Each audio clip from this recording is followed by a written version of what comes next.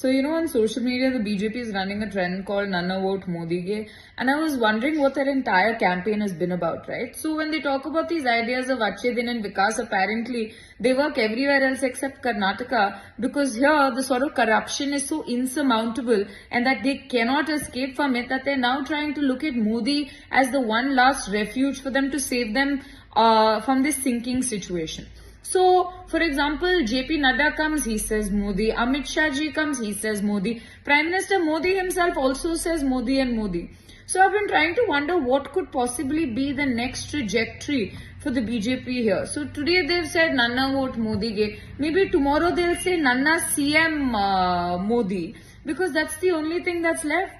They have systematically bypassed and decimated the entire state leadership. Mr. Bommai is nowhere to be seen. Mr. Yediyurappa, who you've seen cry way too many times, even though he's called the tallest leader, is completely sidelined. And none of their ministers, none of their leaders, none of their leadership is even finding a mention in this campaign.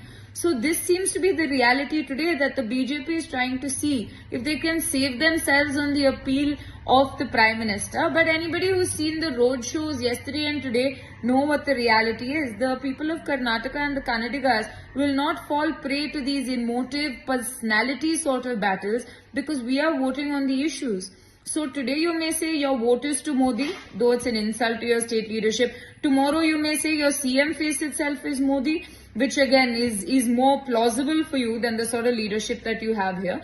But the people of Karnataka on the 10th are going to give you a fit response, because we know what to vote for.